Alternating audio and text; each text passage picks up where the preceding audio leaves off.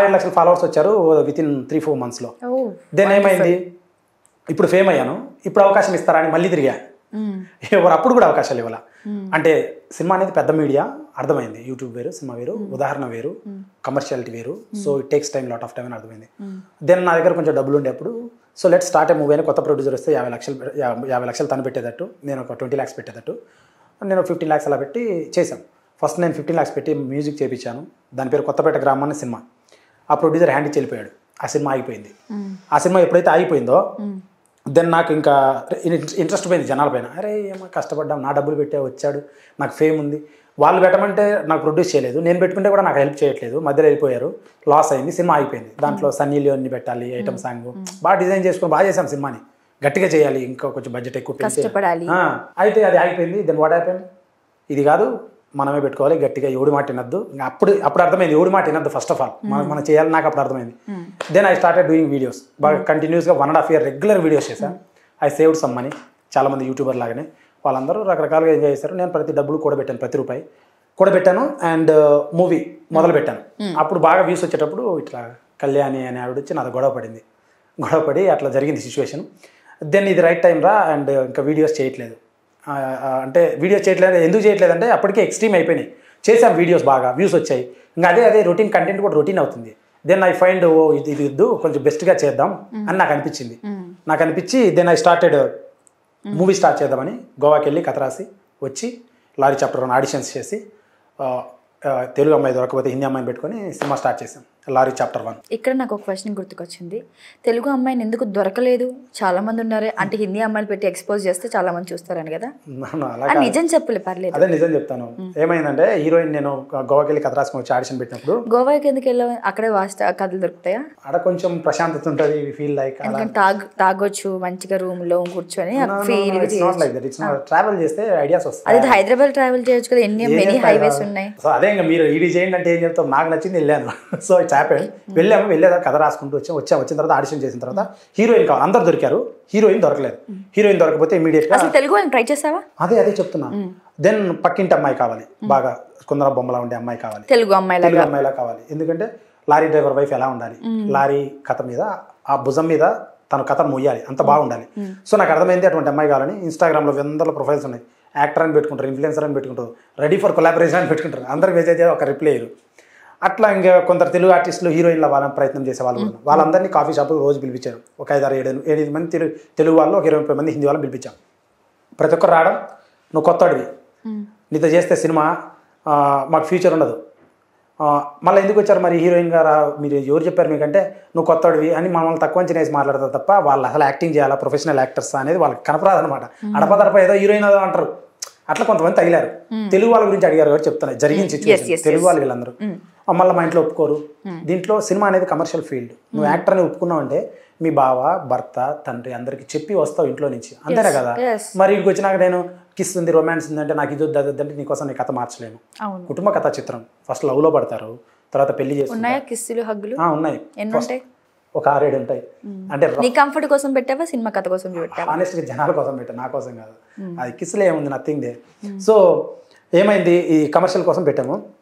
First ఏంటంటే కథ, hero ఇంటిని వదిలిపోతాడు. వెళ్ళిపోయినప్పుడు తన భుజాల మీద హీరోయిన్ కథ మొయ్యాలి.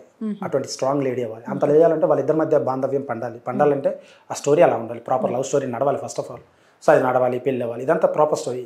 ఈ ప్రొసీజర్ ఉంటుంది కదా, పెళ్ళి అంటేనే పెద్ద ప్రొసీజర్. రొమాన్స్ ఉంటాయి, బేసిక్ థింగ్స్ చిన్న ప్రొసీజర్ ఉంటాయి, బేసిక్ థింగ్స్ ఉంటాయి, బిలీవబుల్ చేయాలంటే స్క్రీన్ పైన ఇవన్నీ ఉంటాయని ఎక్స్ప్లెయిన్ చేస్తాను. దెన్ వాట్ హ్యాపెన్, వద్దనుకున్నారా? వద్దని చాలా అట్లా జరగడం వల్ల ఆగస్టులో వర్షాలు పడుతున్నాయి, నేనేమో షూటింగ్కి వెళ్ళాలి, టైం లేదు నా దగ్గర, వాళ్ళ కోసం నేను ఆగలేదు. ఛాన్స్ ఇచ్చాను, దొరకలేదు, మనం ఏం చేస్తాం. దెన్ నా మేనేజర్ సుబ్బారెడ్డి అని ఉంటే అతనికి ఫోన్ చేస్తే ఒక కాంటాక్ట్ వచ్చింది, ఒక 50-60 పంపించాడు. వాళ్ళలో she so comfortable the one, Chandrashekhar అని. అన్నిటికీ నువ్వు ఆ డర్టీ మైండ్ తోటి నా మాటలకు డర్టీ మైండ్ తీసుకుంటున్నావా? అన్నిటికంటే లైక్ ప్రొడక్షన్ లో ఏదైనా కష్టమైన ఏదైనా ఫేస్ చేయడానికి. తనకు మేము షూటింగ్ చేసేటప్పుడు జూమ్ షాట్ ఉందన్నమాట, పెళ్ళైన తర్వాత కూరగాయలు తీసుకొచ్చే షాట్ ఉంటుంది.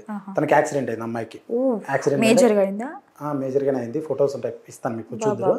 ఏంటంటే 200 జూమ్ లెన్స్ వేశారు, క్యాస్ట్ అండ్ క్రూ చాలా దూరంలో ఉన్నారు, అమ్మాయి నేను ఉన్నాం, కూరగాయలు తీసుకురావాలి, ఇట్లా ఉంటుంది రోడ్డు.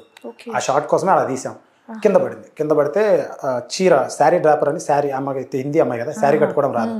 సో తన కొంగు బైక్లో చుట్టుకొని కింద పడింది. ఆ కొంగు ఇడంతా కోసుకుపోయింది. ఈ స్క్రాచెస్ ఇక్కడ రాయి కొట్టేసుకుంది, అంత బ్లడ్ అంతా కారుతుంది.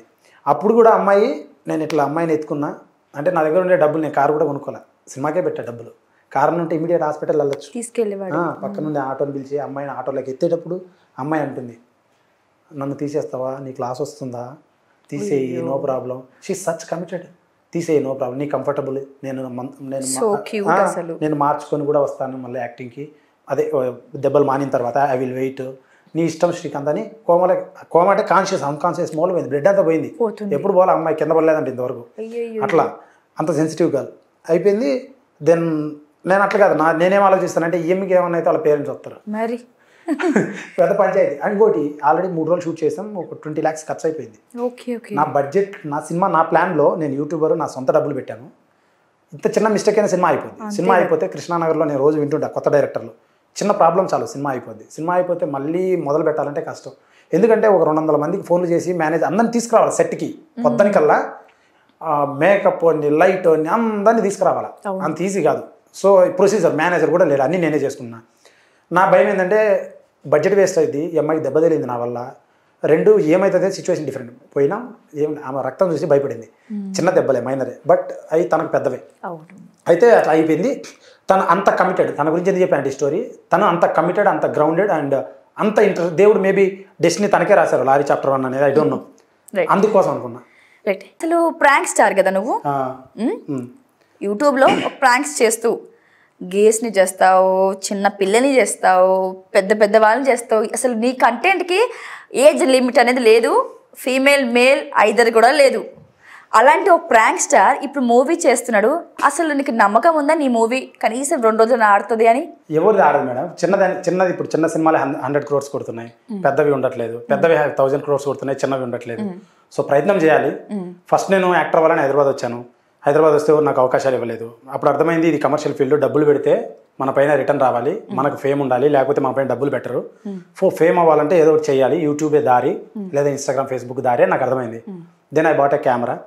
అప్పుడు బాగా బిత్తిరి సత్తి సార్ ఉన్నారు కదా, ఆయన మిస్టర్ బీన్, చార్లీ చాప్లిన్, ఇట్లా వరల్డ్ కామెడీ వీడియోస్ ఉండేవి. కామెడీ వీడియోస్ చేస్తే బాగుంటాయి, మనకు ఫస్ట్ ప్రజాదరణ వస్తుంది, తర్వాత ఫేమ్ అవ్వచ్చు. దెన్ వీ క్యాన్ యాక్టర్గా ప్రయత్నం చేయించాను. నేను బాగా చదువుకొని అన్నీ వచ్చా, వెల్గా బాగానే వచ్చాను. బట్ ఆ కామెడీ, ఆ సెటప్, ఆ అటైర్ నాకు సెట్ అవ్వాలి నా పర్సనాలిటీకి నాకు. దెన్ ఏం వర్కౌట్ అవ్వలేదు. 2 షార్ట్ ఫిల్మ్స్ తీసా, వర్కౌట్ అవ్వలేదు. అప్పుడు ఇది ఏ ఇయర్లో? ఇది 2020, 4 years back, exactly 4 years back. Then what happen, ఇంకా ఇది అవ్వట్లేదు, ఏదైనా సాధన చేయాలి అంటే అప్పుడు ఏం నడుస్తున్నాయి ట్రెండింగ్లో అని చూస్తే ప్రాంక్స్ నడుస్తున్నాయి. అట్లా తెలియక 2 వీడియోలు చేస్తే అవి బాగా వ్యూస్ వచ్చాయి, 50,000 60,000 వచ్చాయి స్టార్టింగ్లోనే, ఒక 1 to 2 daysలోనే. సో ఇది బాగా వస్తుందని తెలియకుండా అది మొదలుపెట్టా. నేను చదువుకున్న నాకు ప్రాంక్స్ అనేది అసలు జీరో, అండ్ అది నా వే కాదు, అది ఒక దారి పనికొచ్చింది ఇప్పుడు నేను సినిమాకి ఎదగడానికి. I don't say it's wrong or right, it's happen.